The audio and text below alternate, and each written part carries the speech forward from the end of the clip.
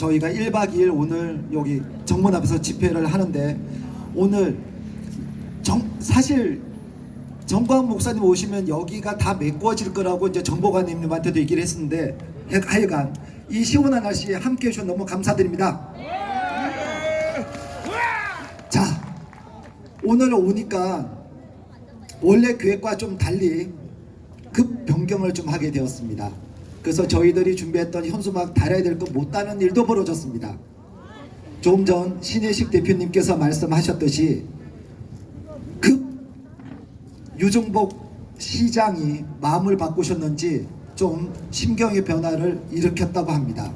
그래서 저희가 구호를 조금 바꿔서 얌전하게 한 번만 외쳐보도록 하겠습니다. 계속 외쳐야 되는데, 자, 유정복 시장은 그만하라. 피켓 들고 이제 그만하라 두 번만 외치십시오. 유정복 시장은 그만하라. 유정복 시장은 그만하라. 네, 제가 여기 남동 경찰서에다가도 우리 대한민국 어르신들이 왜 이 추운 날씨에 나오겠느냐, 오로지 하나다. 대한민국이 더 이상 좌경화되는 것을 우리가 6년 동안 문재인 정권을 통해서 우리가 지켜봐 왔기 때문이었습니다. 그래서 여기서 보이시지만 경찰관들이 거의 안 보입니다. 만약 민노총이 이렇게 모였다면 아마 경찰이 에워쌌을 겁니다. 그만큼 걱정하지 마시라고 제가 말씀을 드렸는데, 아니나 다를까 진짜 경찰관들이 눈에 안 띄네요. 저게 한 명 있고 진짜 한 명 있네. 자, 그렇습니다. 하여간 감사합니다. 여러분, 지난 4월 제가 스카이 72 골프장 입찰 비리와 관련해서 인천지검에 고발장을 제출한 이후 2번의 고발인 조사를 장시간 받았습니다. 당시 수사관도 아니 이게 말이 되냐, 입찰 보증금 약 980만원을 내고 시장 가치 1조 원짜리 골프장 운영권을 가져간다는 게 말이 됩니까? 말이 안 되는 거예요. 그죠? 근데 여러분, 만약 우리들이 믿었던 법관들이 강탈자들의 손으로 들어준다면, 지금 대법관이었던 권순일이가 대장동과 관련하여 50억을 받았다는 의혹이 있죠. 그런데 그 의혹을 제기했던 국민의힘 국회의원을 명예훼손으로 고발했던 얘기를 들어보셨습니까? 지금 곽상도 의원만이 재판을 받고 있죠. 그리고 권순일은 대법관을 퇴임하고 나서 화천대유에서 월 1,500만원씩 고문료를 받았습니다. 어쨌든 만약 이 사건도 980만원을 내고 1조짜리 골프장을 운영권을 먹고 연매출 1천억 원을 낸다 그랬을 때 50억이 100억이 뭐가 아깝겠습니까? 자, 그래서 지금 1심과 2심에서 입찰 비리와 관련하여 1심과 2심에서 무혐의가 나왔습니다. 그런데 윤석열 정부가 들어서고 나서 대검찰청에서 이 수사는 검찰의 수치야, 재기 수사를 내리게 됩니다. 즉 니네들 이거 기소하라고 대검찰청에서 인천지검에 다시 수사 지휘를 내린 겁니다.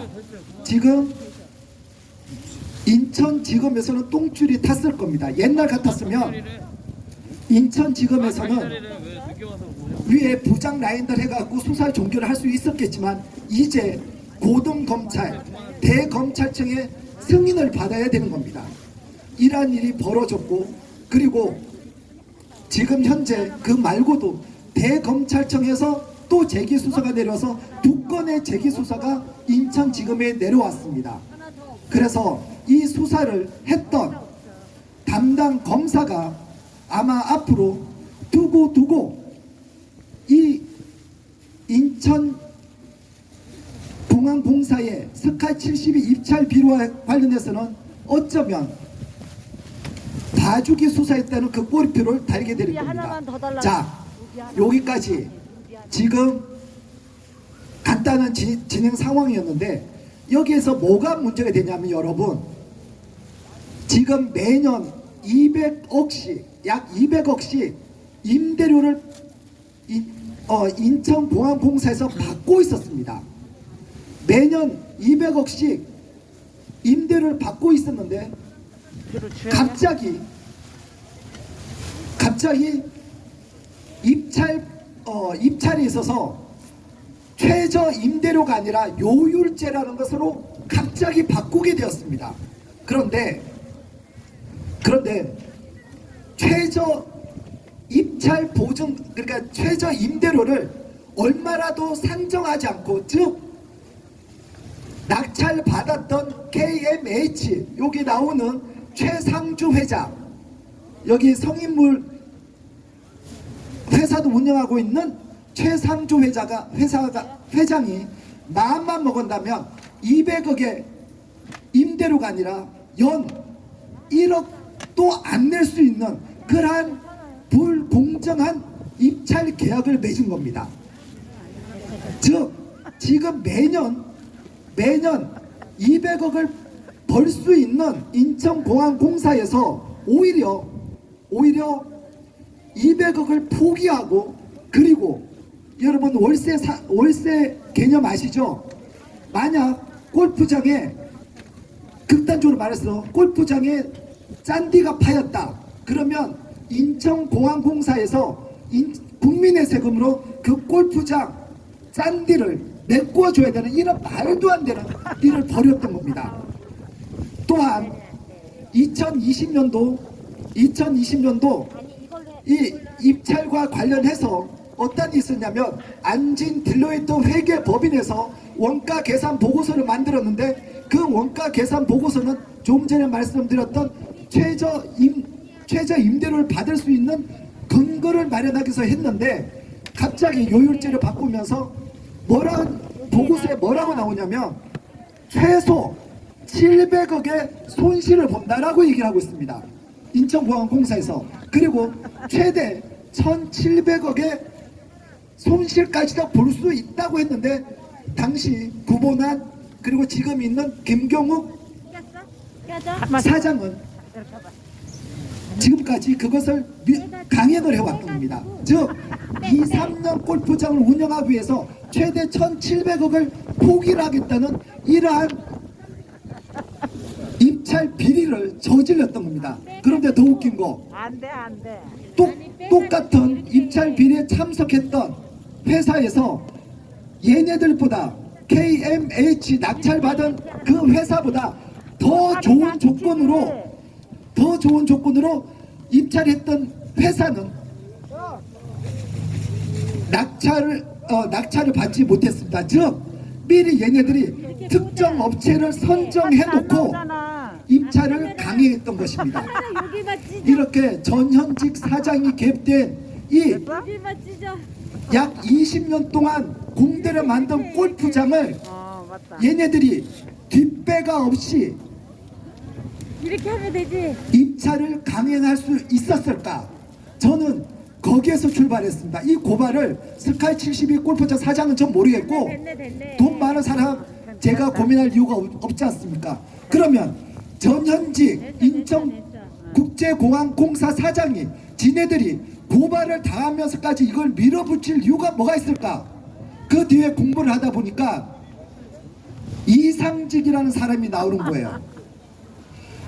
이상직은. 그래서 지난번 우리가 감사원에 갔을 때 신혜식 대표님이 직원을 보내서 그걸 취재를 하게끔 해주셨는데 이상직 뒤에는 누가 있을까요? 예, 제 역할은 거기까지입니다. 제 역할은 과연 전현직 인천공항공사 사장 뒤에 있는 사람이 누굴 것이고, 그 사장 뒤에 있다고 거론이 되고 있는 이번 국정감사에 나왔던 이상직 뒤에 누가 있을까? 아, 뭐라 뻔뻔. 과연 문재인만 있을까? 임종석은 없을까? 그런 생각을 해봅니다. 그래서 오늘 정광훈 목사님이 이 집회를 계획하고 있다는 소식을 듣고 제가 지금 약 7개월째 감사원 앞에 가서 이걸 재감찰하려고 그랬었습니다. 진짜 천군만마 너무나 든든한 거예요. 나처럼 그냥 그리고 또 여러분 가만있어. 올 2월 3월에 감사원에서 원래는 이게 문제가 있다고 모 감사관이 결론을 냈는데 하루아침에 한 달 만에 108